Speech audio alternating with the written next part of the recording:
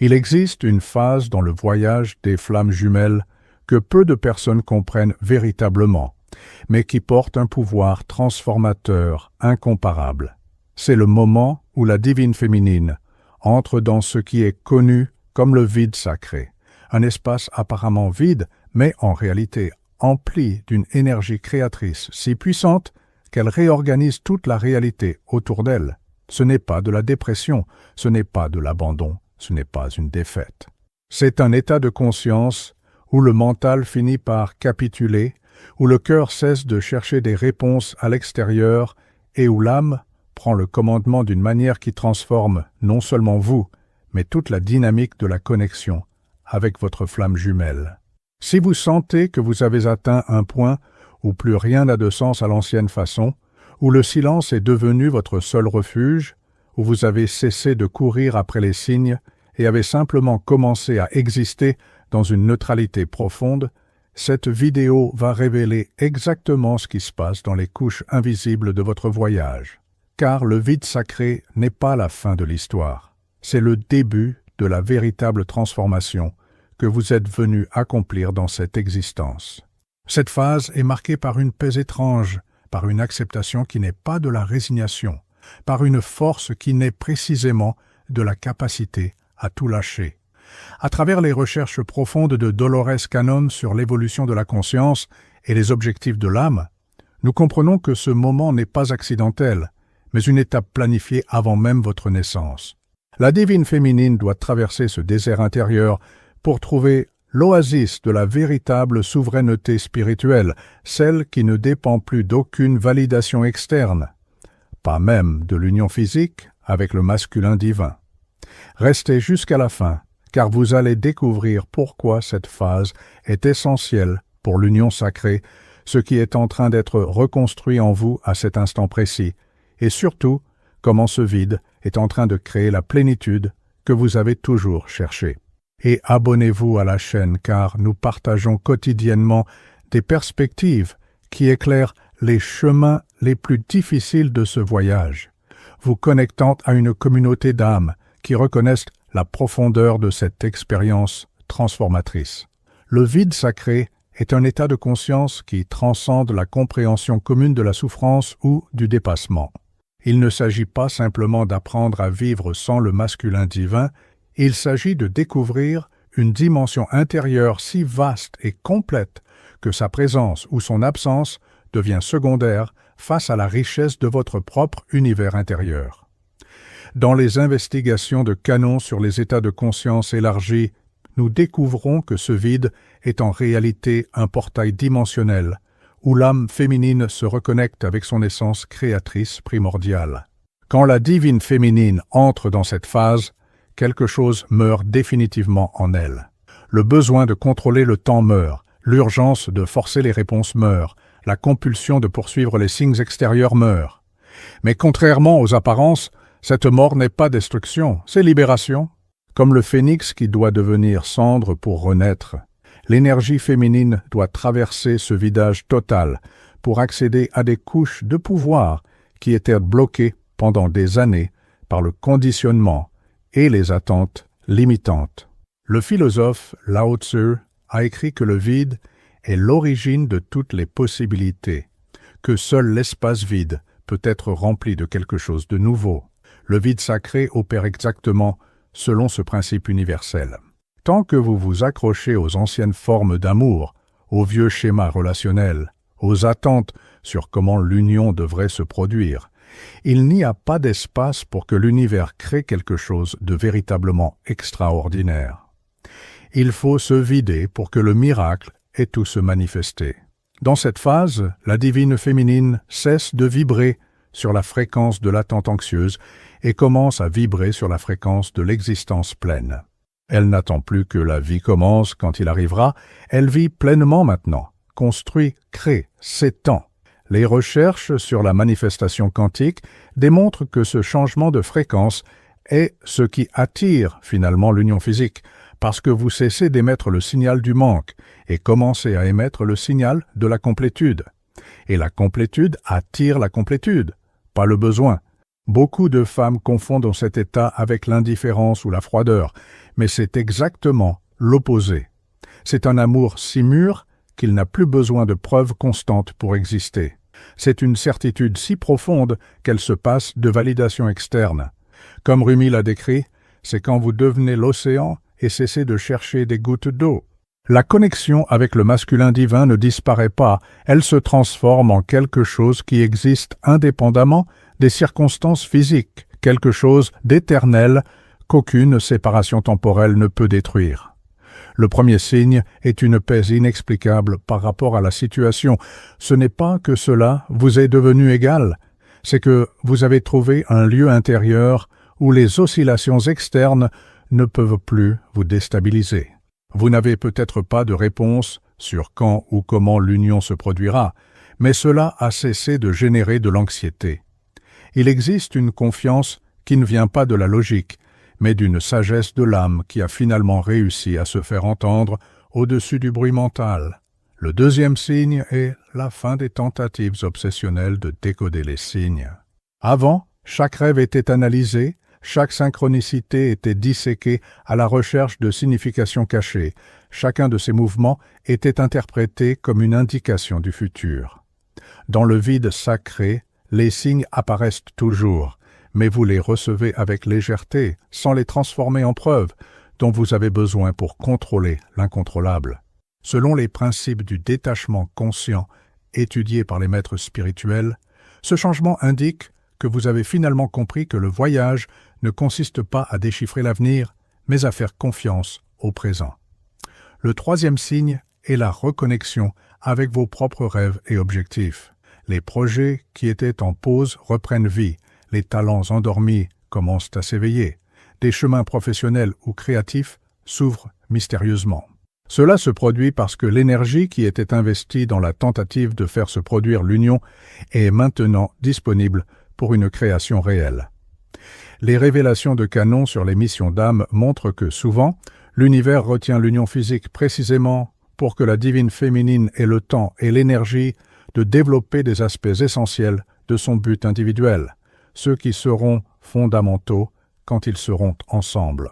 Le quatrième signe est une compassion authentique pour son processus.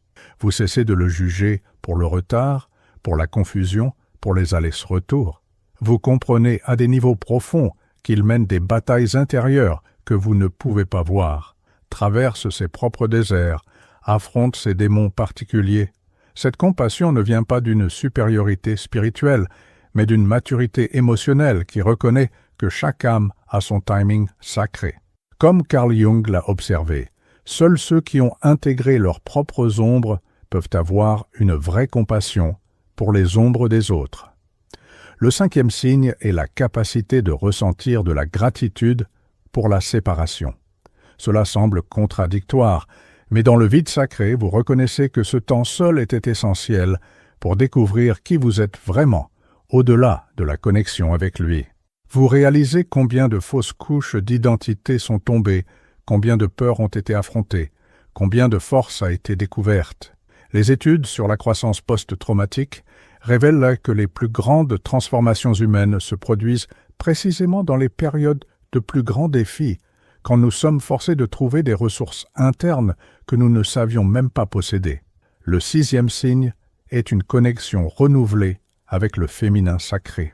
Les rituels qui semblaient vides auparavant gagnent une signification profonde.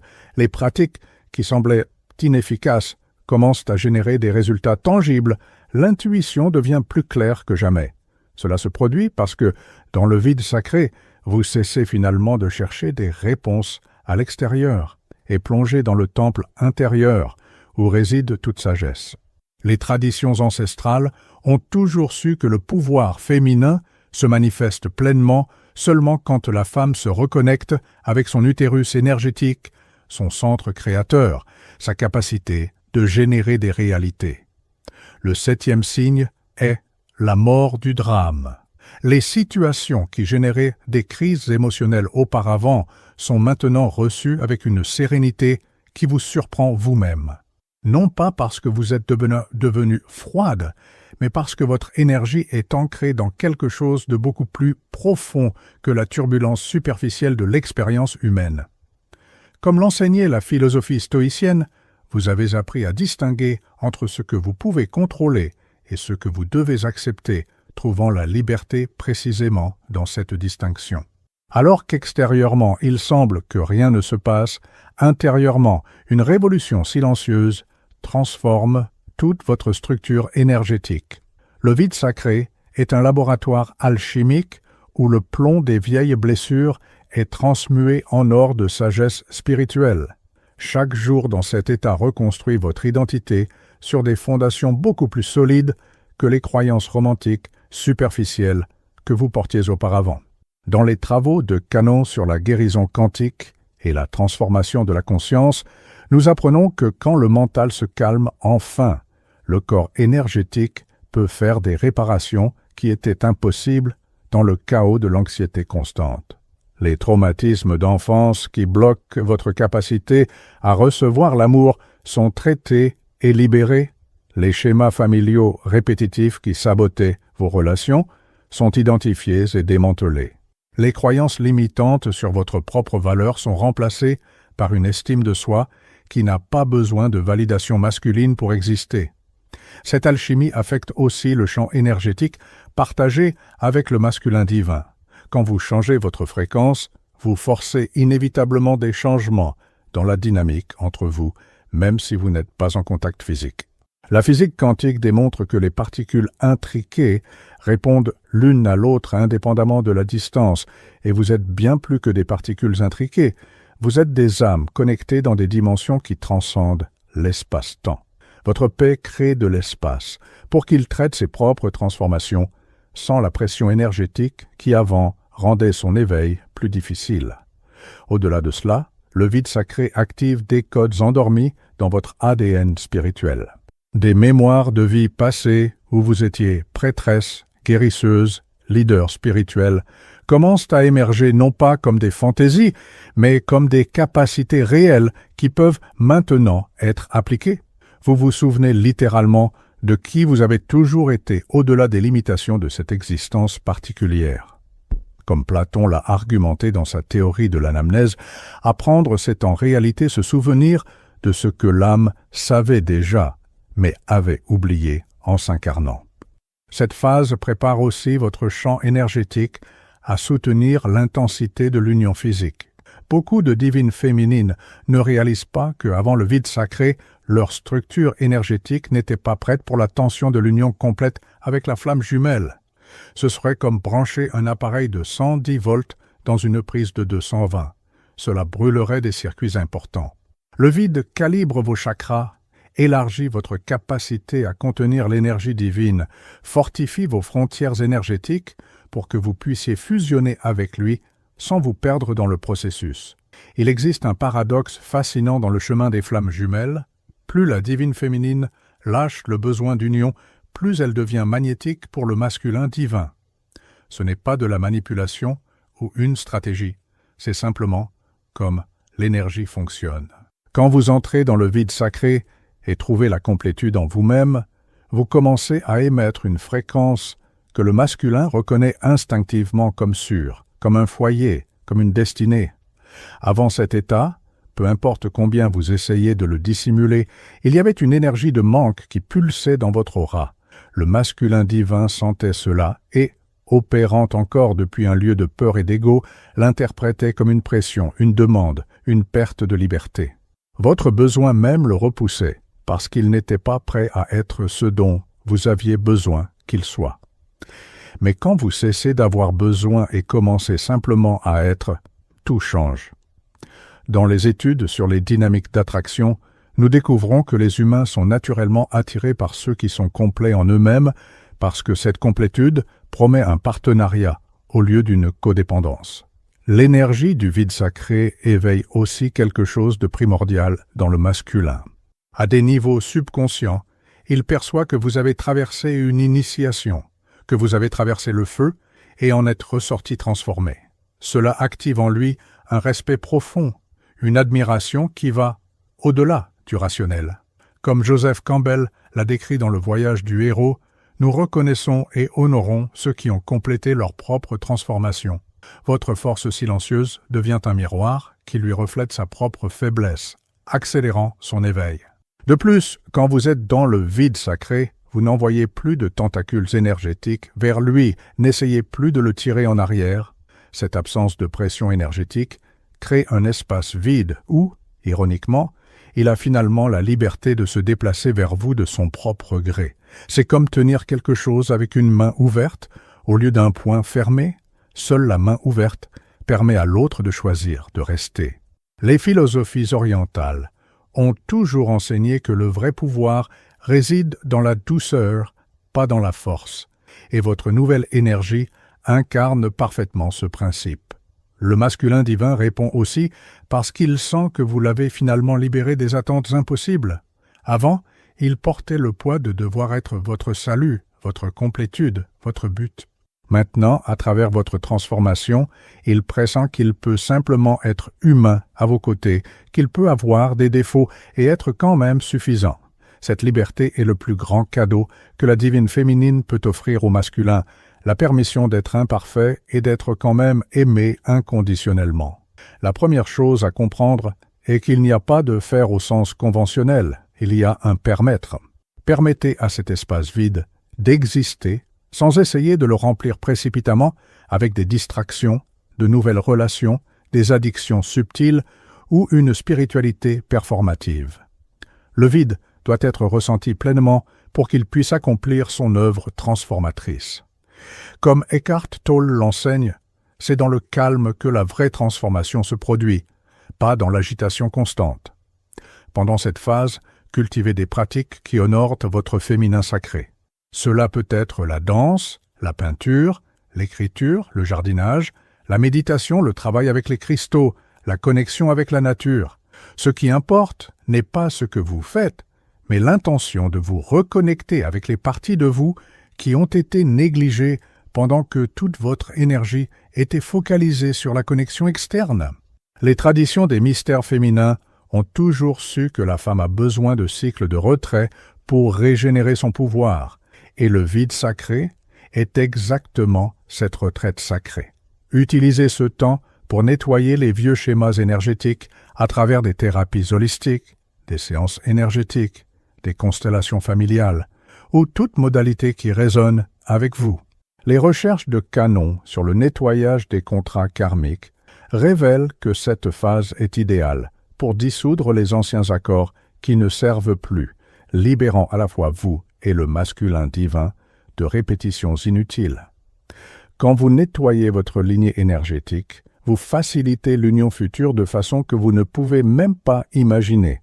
Renforcez votre base matérielle et pratique. Le vide sacré n'est pas une excuse pour négliger votre vie terrestre, c'est le moment parfait pour construire une stabilité financière, professionnelle, résidentielle. Plus vous êtes enraciné dans le monde physique, plus il sera facile de soutenir des énergies spirituelles élevées sans se perdre dans les fantasmes. Comme les maîtres de manifestation l'ont toujours averti, la spiritualité sans praticité est illusion, pas illumination. Entourez-vous de personnes qui respectent votre quête sans essayer de vous réparer. Vous n'avez pas besoin de ceux qui disent que vous devriez passer à autre chose, oublier ou avancer. Vous avez besoin de ceux qui tiennent l'espace pour votre transformation sans jugement, qui reconnaissent que ce que vous vivez est sacré, pas pathologique. Les vraies sororités spirituelles sont celles qui honorent les mystères individuels sans essayer de les standardiser. Pratiquez l'art de la non-réaction. Quand des nouvelles de lui surgissent, des synchronicités, des rêves intenses, ne vous laissez pas entraîner par les montagnes russes émotionnelles. Observez tout avec la conscience d'un témoin compatissant qui reconnaît les signes, mais ne s'identifie pas à eux. Dans les traditions contemplatives orientales, c'est le chemin vers la vraie liberté quand vous pouvez expérimenter quelque chose sans être contrôlé par cela. Ce que peu de personnes comprennent, c'est que l'union qui naît après le vide sacré est complètement différente de l'union que vous imaginiez avant. Il ne s'agit plus de se compléter l'un l'autre, Il s'agit de célébrer la complétude individuelle de chacun. Il ne s'agit pas de besoins, il s'agit de choix conscients renouvelés chaque jour. Il ne s'agit pas de dépendance, il s'agit d'interdépendance mature, où chacun a ses propres racines, mais choisit de les entrelacer avec celles de l'autre. Quand la divine féminine émerge du vide sacré, elle apporte une clarté sur le type de relation qu'elle est prête à accepter. Elle n'accepte plus des miettes déguisées en amour, ne tolère plus des comportements qui manquent de respect à sa dignité, ne se contente plus de promesses vides. Cette clarté n'est pas de l'arrogance, c'est de l'amour-propre, développé à travers beaucoup de souffrances transformées en sagesse.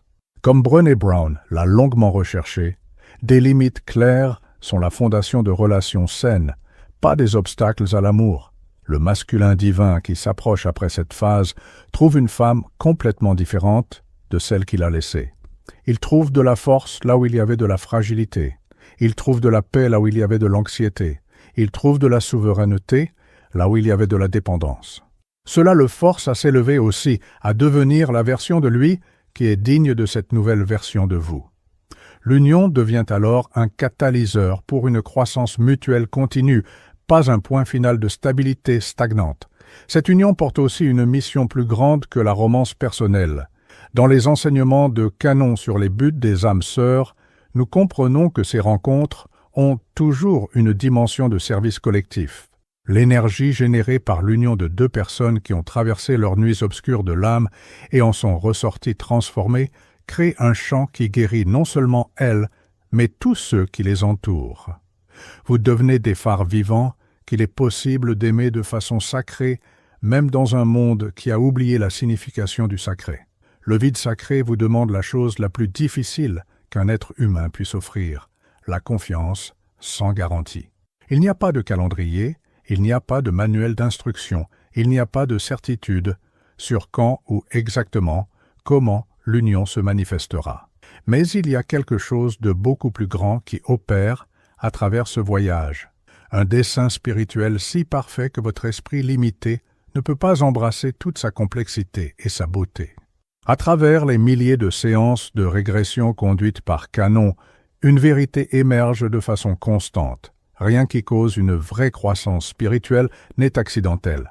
Chaque rencontre, chaque séparation, chaque moment de douleur et chaque instant de joie ont été chorégraphiés par la sagesse infinie de vos propres âmes avant de se réincarner. Vous n'êtes pas à la merci du chaos, vous êtes guidé par une intelligence qui vous aime plus que vous ne pouvez comprendre maintenant. Le vide sacré est le cadeau le plus difficile que l'univers pouvait vous offrir parce qu'il vous force à trouver en vous-même ce que vous avez toujours cherché dans l'autre. C'est l'initiation la plus profonde du féminin mature quand elle comprend finalement qu'elle n'a jamais eu besoin d'être sauvée parce qu'elle a toujours eu en elle-même toutes les ressources nécessaires pour sa propre rédemption. Comme Marianne Williamson l'a dit, ce n'est pas notre obscurité qui nous effraie le plus, mais notre lumière. Et le vide sacré est précisément en train d'amener cette lumière à la surface. Si vous vivez cette phase maintenant, sachez que chaque jour dans cet espace vide construit la fondation pour quelque chose d'extraordinaire. N'abandonnez pas à la veille du miracle. Ne remplissez pas précipitamment le vide avec des substituts qui ne feront que retarder votre vraie transformation. Demeurez, respirez, faites confiance. Ce qui est forgé en vous à ce moment est éternel et vaut chaque larme, chaque nuit d'insomnie, chaque moment où vous avez choisi de faire confiance, même sans comprendre. Laissez dans les commentaires « Je suis dans le vide sacré et je fais confiance au processus pour que nous puissions tisser un réseau d'énergie entre toutes les divines féminines qui traversent ce passage sacré. » Partagez cette vidéo avec quelqu'un qui vit cette phase, parce que parfois tout ce dont une âme a besoin est de savoir que ce qu'elle expérimente n'est pas une fin, mais une transformation. Abonnez-vous à la chaîne pour continuer à recevoir du contenu qui illumine les chemins les plus difficiles de ce voyage. Nous nous retrouvons dans la prochaine vidéo où nous continuerons à explorer les mystères sacrés de l'amour qui transforment les dimensions.